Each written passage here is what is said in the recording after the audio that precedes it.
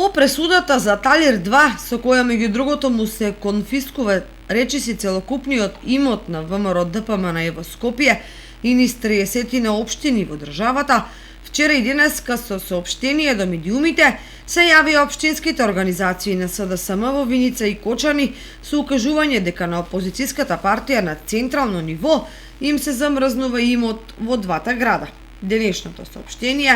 доаѓа од општинската организација на СДСМ Виница, во кое се вели: се покажаа точни сомневањата за криминалните активности на најбогатата, но воедно и најкриминалната партија во Европа, ВМРО ДПМНЕ. Со судската пресуда за предметот Талир 2 се докажаа криминалните и корупцијските скандали на ВМРО ДПМНЕ, кои се однесуваат на нелегалното и криминалното стекнување со партиски имот, како што е Белата палата во Скопје и 30 на други објекти низ државата, меѓу кои и еден во Виница, овој што го гледате позади нас. Ова е криминален и корупцијски скандал од епски и невидени размери и е само дел од севкупното криминално владење на ВМРО ДПМНЕ. Со оваа судска пресуда се конфискува целокупниот незаконски имот стекнат во тоа време, а по правосилноста на пресудата треба да се продаде Белиот дворец и другите нелегално стекнати објекти и парите да се вратат кај оние од кои се украдени и злоупотребени, тоест кај граѓаните. Инаку вчера со речиси идентично соопштение се јави од општинската организација на СДСМ во Кочани.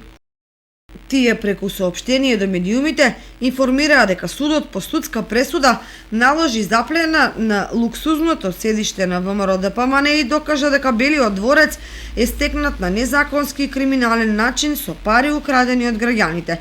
И не само во Белиот дворец, запалет е и друг криминално стекнат имот на ВМРО ДПМНЕ низ 30 на други градови, меѓу кои Кочани. Додека пратеникот Миле Левков, градоначалникот Папазов и нивното раководство горделливо и бесрамно зборуваат за декларативни заложби за честност и борба против корупцијата и криминалот, по ништо не се разликуваат ниту од нивниот ментор Радко Димитровски, ниту од нивните наредбодавачи Груевски и Мицковски. Наместо да се служат со манипулации, префрлување вина и да измислуваат оправдувања како што најдобро знаат, треба да излезат пред граѓаните и да се извинат за грабежот што го направиле врз нив и да понесат целосна одговорност, се вели во соопштението од општинската организација на СДСМ Кочани. Во кругови на ВМРО ДПМНЕ се коментира дека ваквата пресуда не случајно е темпирана на само неколку дена пред најавениот голем протест закажан за 18 јуни, на кој опозицијата очекува масовна поддршка од граѓаните заради погубните политики на актуелната власт.